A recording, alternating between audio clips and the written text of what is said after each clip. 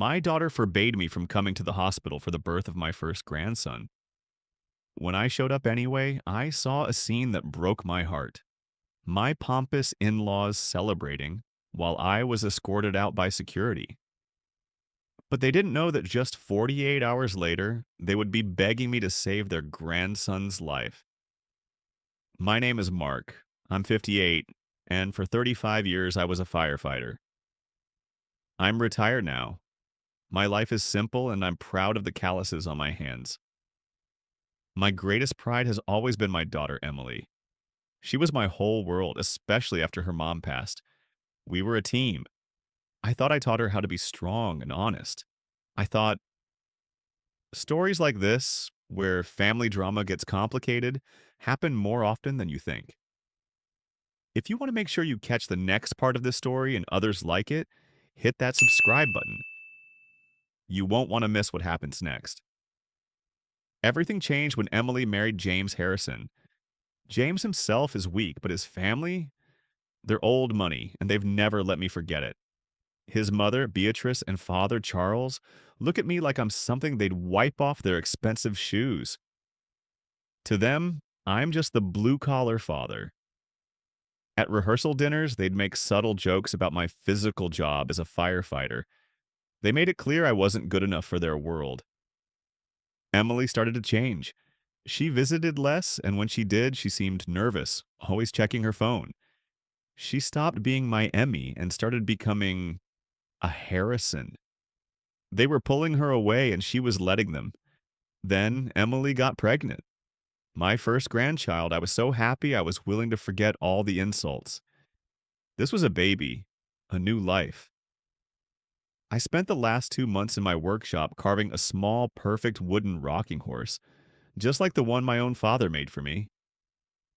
I was finishing it when the phone rang. It was Emily. "Dad," she said, her voice thin and tight. "Emmy, is it time?" I felt a jolt of pure excitement. There was a pause. "Yes, I'm at the hospital. My water broke." "That's fantastic. I'm on my way. I'll grab the horse and be there in 20 minutes." "Dad, wait." The silence on the line was heavy. "Dad, listen," she said, her voice dropping to a whisper. "It's probably better if you don't come to the hospital." My blood went cold. "What? What do you mean, honey? It's me. I'm your father." "I know," she said, and I could hear her starting to cry. "It's just Beatrice and Charles. They've sort of planned everything. They have a visitation schedule, and it's just complicated." "A visitation schedule for her own father?" "Emily, what are you talking about?" "Please, Dad," she pleaded. "Please don't make this difficult. It'll be better for everyone. I'll call you, I promise. Please." The line clicked. She hung up. I stood there in my workshop, the phone in one hand and the little wooden horse in the other. Better for everyone. It was their code. It out meant better for the Harrisons. They hadn't just pushed me aside. They had convinced my own daughter to do it for them. I sat in my truck for almost an hour just staring at the wall of my garage. The little horse was on the passenger seat. Better for everyone. The words echoed in my head, each one a small, sharp betrayal. My own daughter. I tried to respect her wish. I really did. I went inside, made a cup of coffee I didn't drink, and stared at the TV I wasn't watching. But a cold, heavy feeling was growing in my gut. This wasn't Emily. This was them. Beatrice and Charles. They were pushing, testing to see if I would just disappear. And if I let them win this, I'd be letting them win forever. My heart was pounding. This wasn't about a visitation schedule. This was about my daughter being scared, surrounded by people who cared more about a Harrison heir than about her. Screw the schedule. Screw them. I grabbed the horse, locked my front door, and got in my truck. My hands were steady on the steering wheel. This wasn't just anger anymore, it was determination. The hospital's maternity ward was quiet and sterile. It smelled like disinfectant and baby powder. I felt completely out of place in my flannel shirt and worn boots, holding a small wooden toy. I walked up to the main desk. "Excuse me, I'm here to see Emily Harrison. Room 305. The nurse barely looked up. "Name? Mark Randall. I'm her father." She typed something into the computer. Her expression tightened. "I'm sorry, sir. Mrs. Harrison's room is restricted. Only names on the approved list are permitted." "Approved list?" I repeated, my voice dangerously quiet. "I'm her father." "I understand, sir, but the family provided very specific instructions. I can't let you in." I just looked at her. I faced down fires that would melt steel. I wasn't going to be stopped by a clipboard. "I'm going to see my daughter," I said, and I didn't raise my voice. I just started walking down the hall toward 305. Sir, you can't," she called after me, but she didn't follow. Room 305. The door was slightly ajar.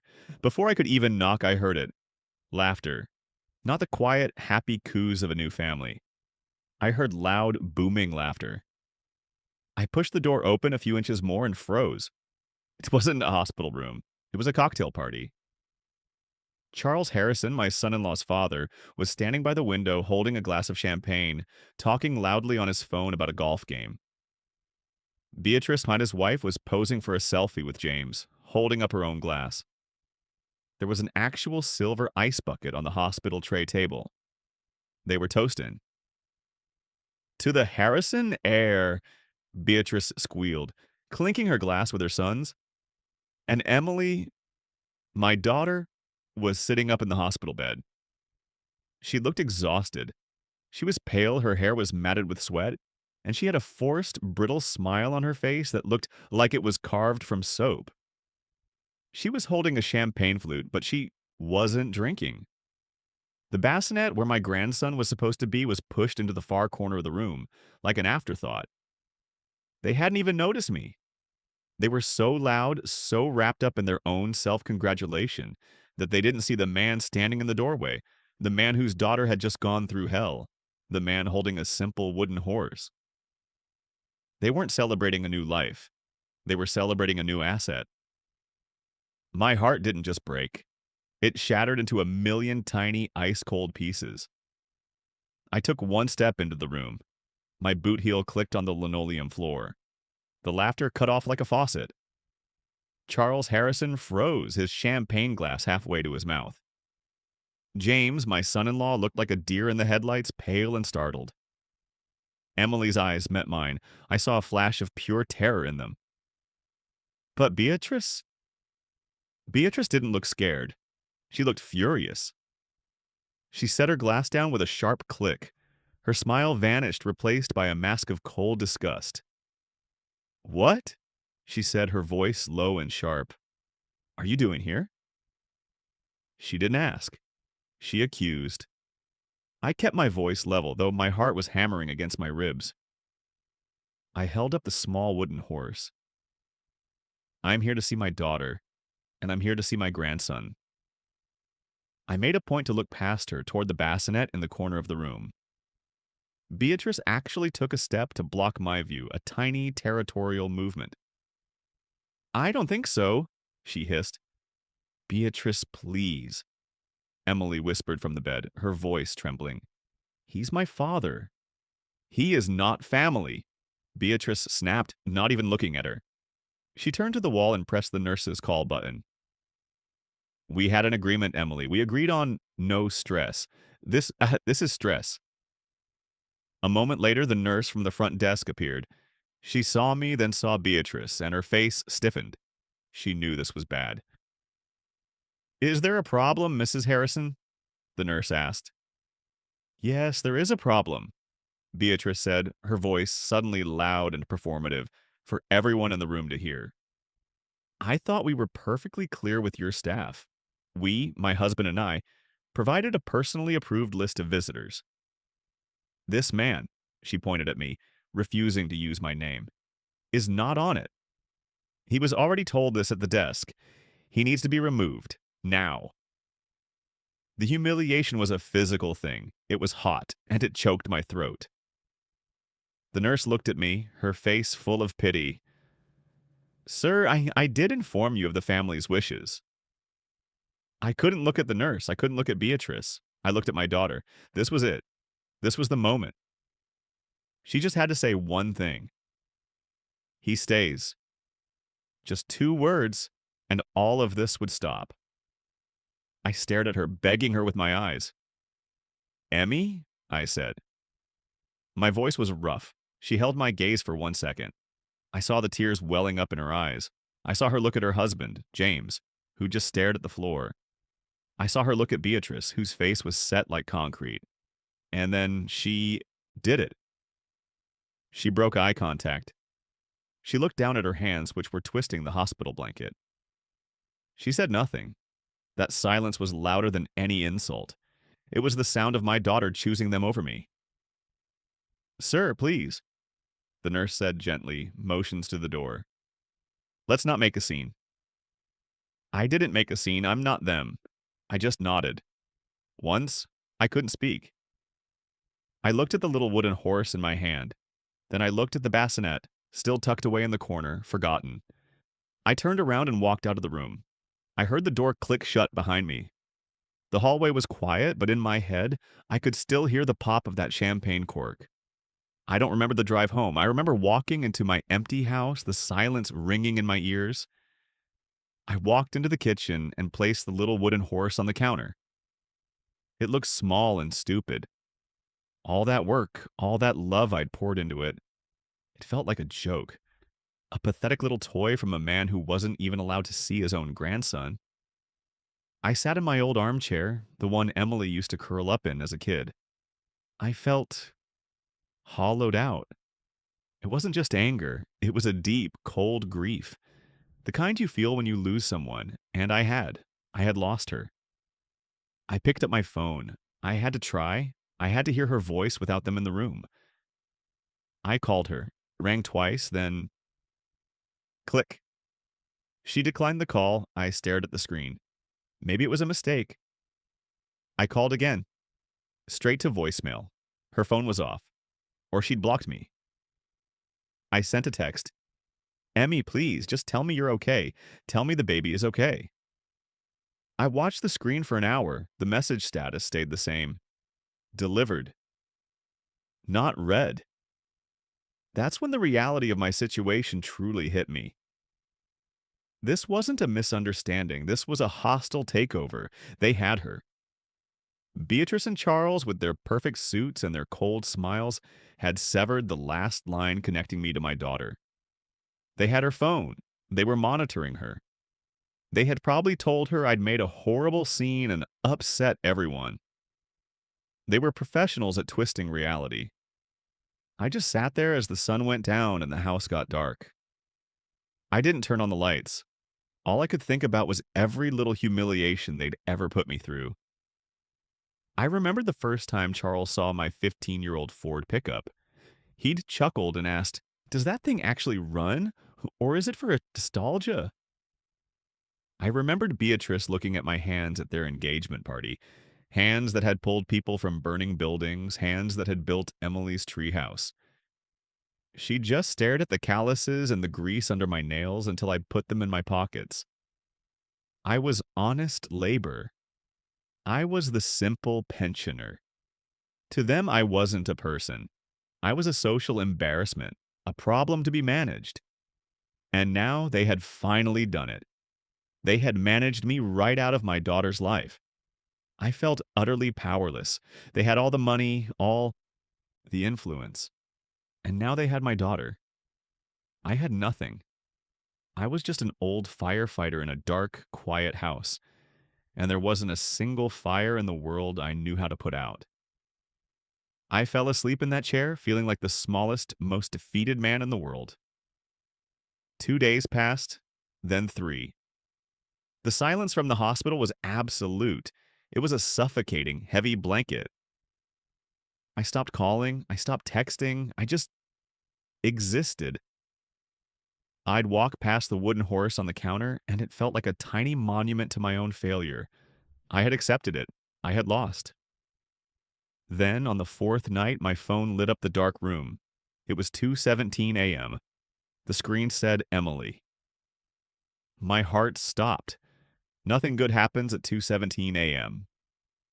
I grabbed the phone, my hand shaking. Emmy? Dad, oh God, Dad. She wasn't just crying, she was hysterical. It was a raw, terrified wail that ripped through the phone, the kind of sound a mother makes when her world is ending. It was the voice of my Emily, the one I hadn't heard in years. What is it? Emmy, what's wrong? I was already pulling on my boots, keys in hand. Are you okay? Is the baby okay?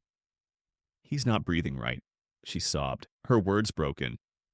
He's not, his lungs, they call it some some kind of dysplasia. It's rare. I was in my truck, turning the key. Emily, slow down. Talk to me. Where are you? We're in the NICU. They moved him. Dad, he's so little and he's turning blue. She choked on a sob. The doctors here, they don't know what to do. They said he needs a specialist, someone specific. Who? What's his name? I said, my voice all business now. The firefighter in me was taking over. Panic doesn't solve anything. Dr. Thorne, she whispered, as if the name itself was a prayer. Dr. Alan Thorne.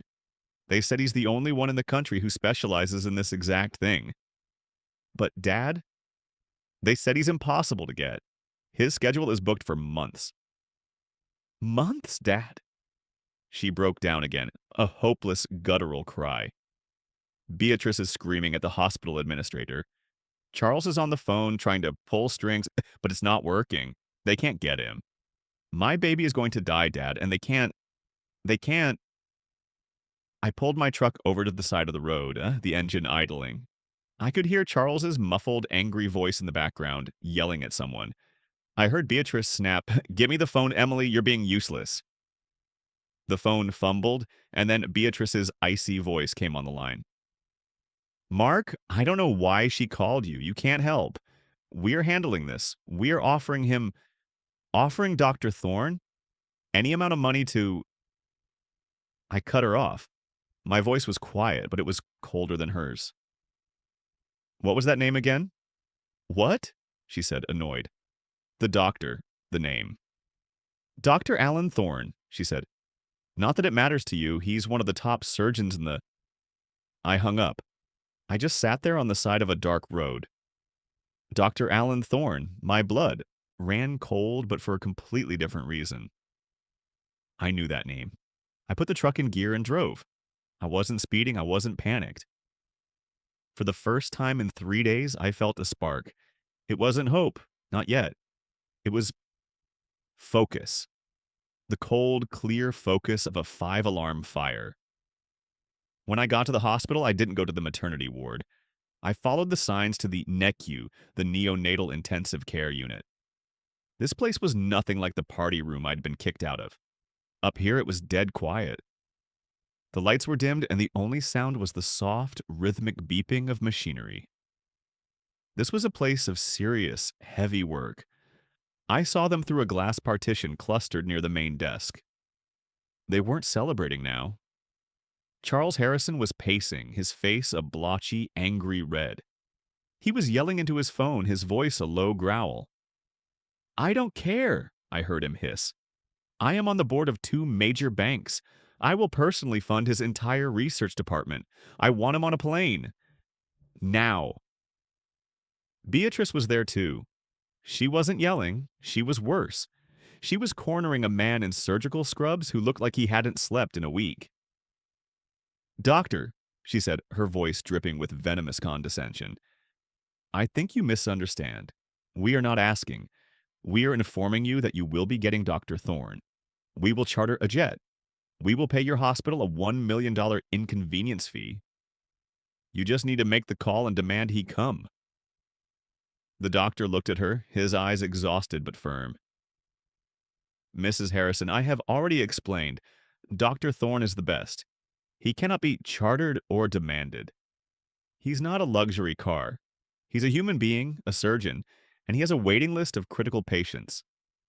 Your grandson is on that list, just like everyone else. Your money cannot change that. Beatrice's face twisted. Do you have any idea who we are? The doctor just turned and walked away. I watched them. All their power, all their influence, all their money. And in this quiet room, it meant nothing. It was just noise. They were loud, arrogant, and completely, totally useless. My son-in-law, James, was just standing there, wringing his hands, looking like a little boy.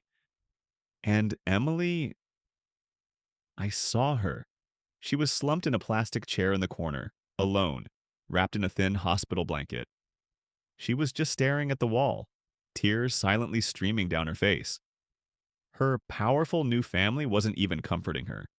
They were too busy trying to buy a miracle. I didn't go to her, not yet. I watched them fail for one more minute. I watched Charles slam his fist on the counter. I watched Beatrice threaten to have the doctor fired.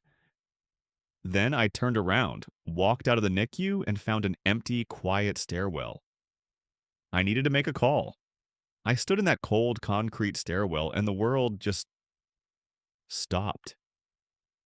Alan Thorne. It wasn't a name, it was a memory. It hit me like a physical blow, a memory buried under 25 years of service. My mind snapped back. It wasn't a fire, it was a car wreck. A horrible one. I was on shift a rainy Tuesday night. A call came in, a single car versus a utility pole. When we got there, the car was a mess of twisted metal, and the engine was smoking. The smell of gasoline was so strong it burned my nose. We knew we had seconds. A young man was trapped inside. He was conscious, terrified, and pinned by the dashboard. I was the one who went in. As I was working to free him, he wasn't screaming in pain. He was screaming about his hands. "My hands!" he kept yelling, his voice cracking with panic. "Please, I'm a surgical intern, and I'm going to be a surgeon. You have to save my hands." I remember looking him right in the eyes. "I'll get you out," I said. "Just stay with me." We got him out. We pulled him free maybe 10 seconds before the whole front end went up in flames. We sat on the wet curb, watching it burn. He was shaking, in shock. He looked at his hands, which were bruised but not broken. Then he looked at me. "You saved them," he whispered. "You saved my hands." His name was Alan. Alan Thorne. We kept in touch for a while. He sent a card at the firehouse. I think we even exchanged numbers. But that was a lifetime ago. He was a kid intern then. Now he was the top specialist in the country. His number. Did I still have his number? I ran out of the stairwell. I didn't look at Emily. I didn't look at the Harrisons, who were still yelling at the staff. They didn't matter. I sprinted to my truck. I drove home, my mind racing. I tore into my garage to the old gray metal locker that held my retirement plaque and old service papers. At the bottom, in a dusty cardboard box, was my old address book. It was a small black leather book, the spine cracked, held together by a dry, rotted rubber band. My fingers felt thick and clumsy. I fumbled through the pages, my heart pounding so hard I could feel it in my throat. T. T. Taylor? Thompson. And there it was, faded blue ink on a yellowed page. Thorne, Allen, intern. It was a cell phone number, a number that was over 2 decades old. It was a 1 in a million chance. It was a prayer in the dark. I stood in my garage staring at the phone. My grandson's life depended on this faded 25-year-old number. My thumb hovered over the call button. It was almost 3 a.m. This was insane. The number was probably disconnected. Even if it wasn't, he wouldn't remember me.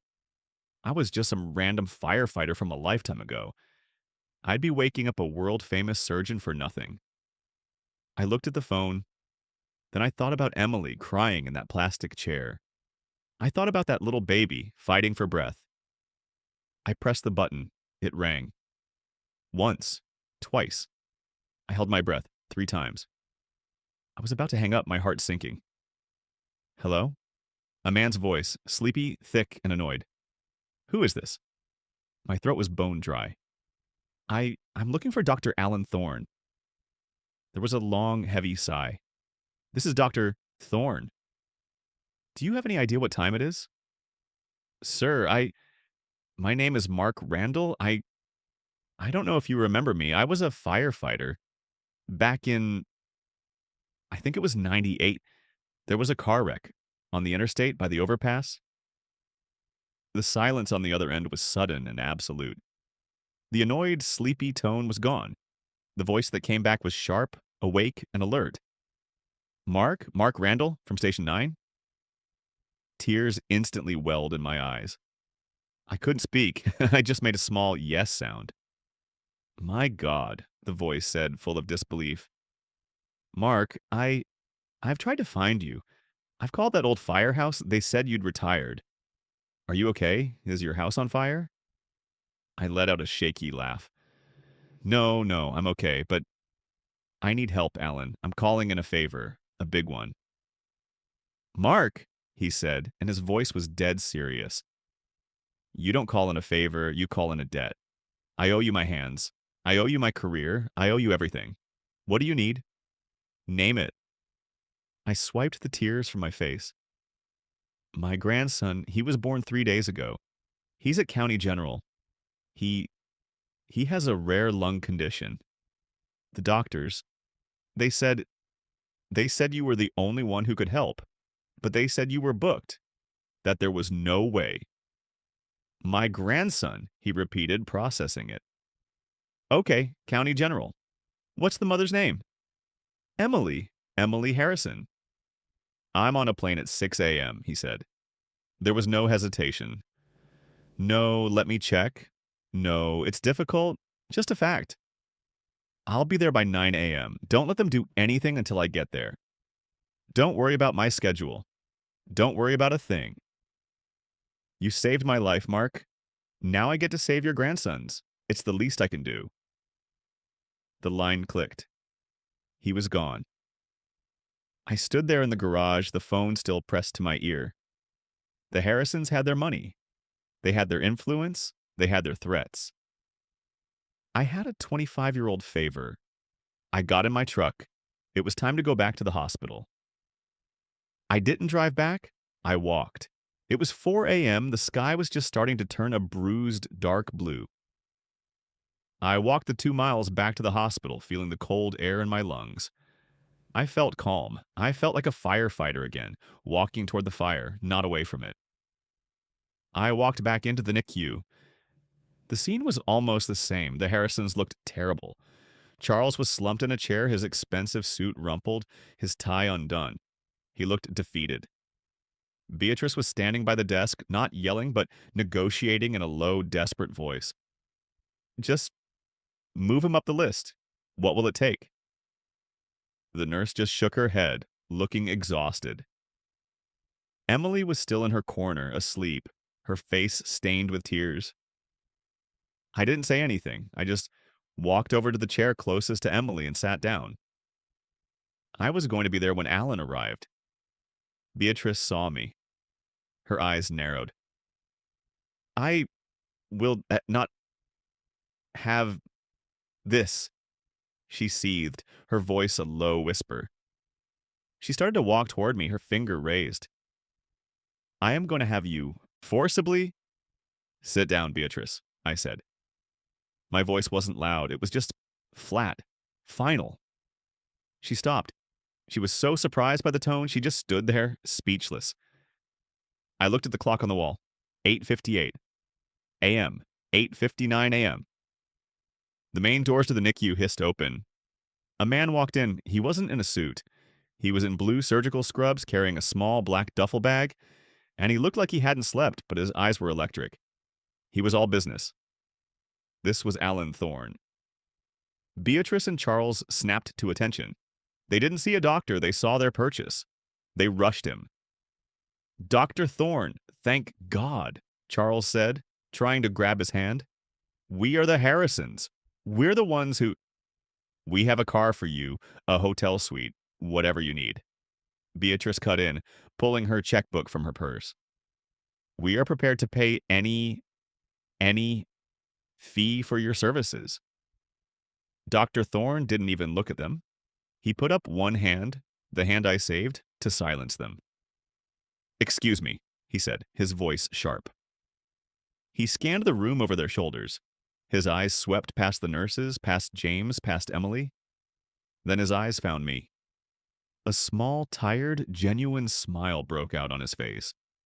He walked right past the shocked Harrisons. He didn't shake my hand. He came right up to me, pulled me into a hug, and clapped me hard on the back. Mark, he said, his voice full of emotion. It is damn good to see you, brother. I'm sorry it's under these circumstances.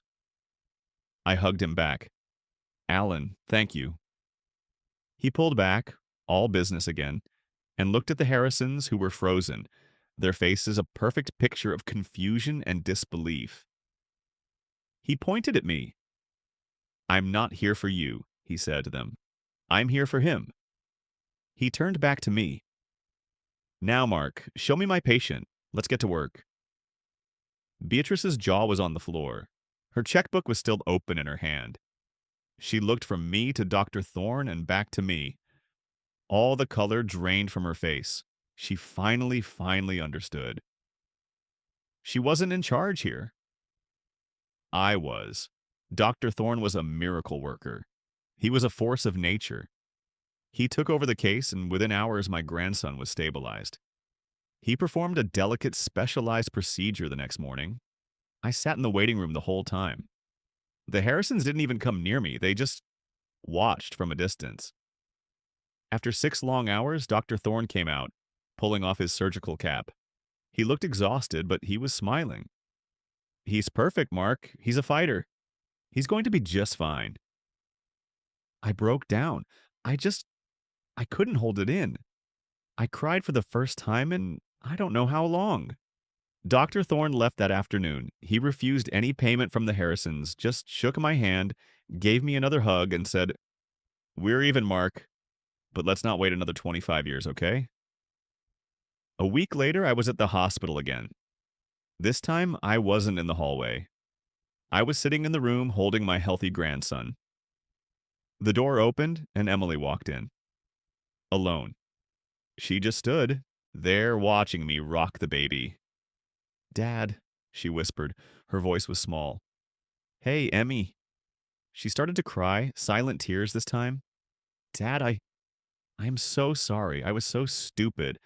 I was so weak. I let them treat you. It's okay, honey, I said, my voice thick. It's over. No, she said, stepping forward. It's not okay, but it is over. I saw who they are, Dad. They were useless. They were just loud and scared. And then you saved him. You're a hero, Dad. You've always been my hero, and I let myself forget that. She sat down and put her head on my shoulder, just like she used to when she was a little girl. We sat there for a long time, just the 3 of us. My life is different now. My grandson, Alan, named after the doctor who saved him, is 6 months old. He's healthy and happy. Emily and James are still together, but they've moved out of the Harrisons' orbit. They're finding their own way. Emily comes over to my house all the time, and she's my Emily again. The Harrisons? They're still around. They have to be. But they are very quiet when I'm in the room. They know that my old flannel shirt and my calloused hands have more real power than all their bank accounts combined. I didn't just get my daughter back. I got my grandson. I got my respect. And I got the best revenge of all. I'm happy. And that's my story. I have to ask you, did I do the right thing by going to that hospital? What would you have done in my place? Let me know what you think in the comments. And if you love stories where the good guy wins, make sure you hit that subscribe button and ring the bell so you never miss a new story. And don't forget to give this video a like if you're happy with how things turned out.